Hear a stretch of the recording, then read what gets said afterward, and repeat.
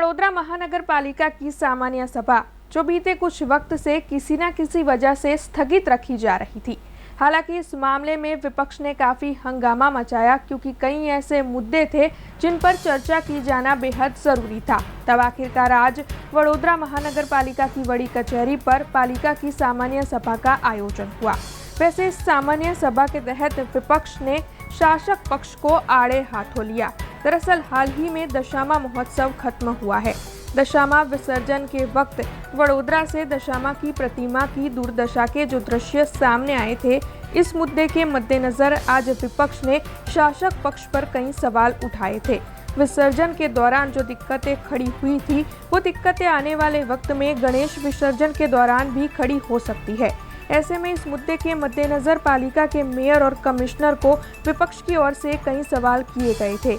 इस मामले में कांग्रेसी काउंसिलर पुष्पाबेन वाघेला और बालू सुर्वे ने प्रतिक्रिया भी दी है। सत्ताधारी पक्ष येनकेन प्रकारे चर्चा करवानी टाळवाना कारणे लांबी तारीखो आपीने सभा मुलतवी करती।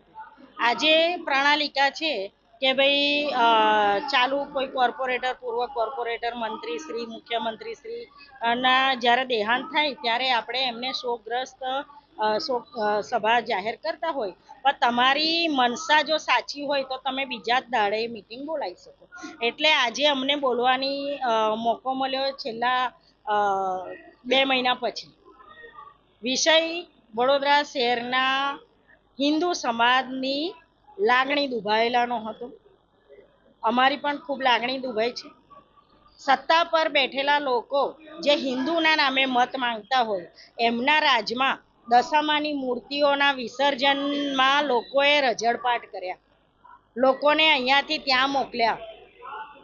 આમ કરોડો રૂપિયા એ લોકો ખર્ચે છે કોઈને પૂછ્યા વગર, અને આમ દશામાની મૂર્તિના વિસર્જન માટે તળાવ એ નાનું ખાબોચિયા જેવું બનાવ્યું। એમણે લોકોની પૂછપરછ કરીને સારી રીતે વિસર્જન થાય એનું આયોજન કરવાનું હોય, પણ આપ સૌ જોઈ રહ્યા હશો કે સોશિયલ મીડિયાની અંદર પ્રભાવિત થવાના કારણે આ લોકો ઇન મીન 3 જણા જઈને ફોટા પડાવીને સોશિયલ મીડિયામાં મૂકે અને વાહવાહી લૂંટવાનો આ ધંધો કર્યો, અને એમાં હિન્દુ સમાજની લાગણી દુભાઈ એટલે મારી પણ લાગણી દુભાઈ। આજે અમારી રજૂઆત એ હતી કે સૌથી હિન્દુ સમાજના મોટા મોટો તહેવાર મા દશા માતા અને ગણેશજીનો દશા માતાનો તહેવારના અગાઉથી અમે રજૂઆત કરી હતી। અમે આપના માધ્યમથી રજૂઆત કરી હતી, પ્રિન્ટ મીડિયા, ઇલેક્ટ્રોનિક મીડિયાથી રજૂઆત કરી। છાપામાં આવ્યું કે હવે વિસર્જન માટે નવલાખી તલાવનું આયોજન કરવામાં આવે। આપણી કને સમય છે, પાણી બોર બનાવેલા હતા, પાણી જ ભરવાનું હતું, થોડી વ્યવસ્થા કરવાની હતી।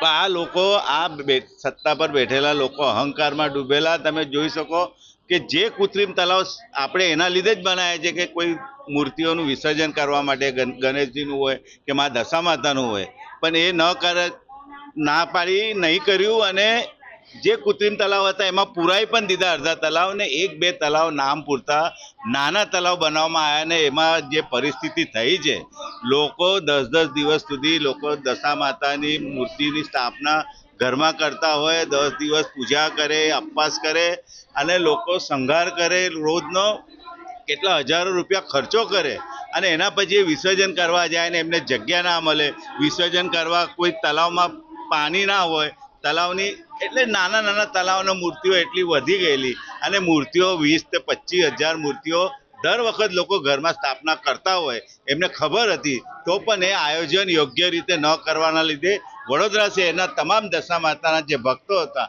નારાજ થઈ ગયા હતા। એટલે આજે એ રજૂઆત અમે કરી કે આપના ભૂલના લીધે ફરી આવી કોઈ ભૂલ વડોદરા શહેરમાં કોઈ પણ હિન્દુ સમાજનો હોય કે કોઈના પણ તહેવાર હોય એમાં ભૂલ ના થવી જોઈએ, એવી આજે અમે રજૂઆત।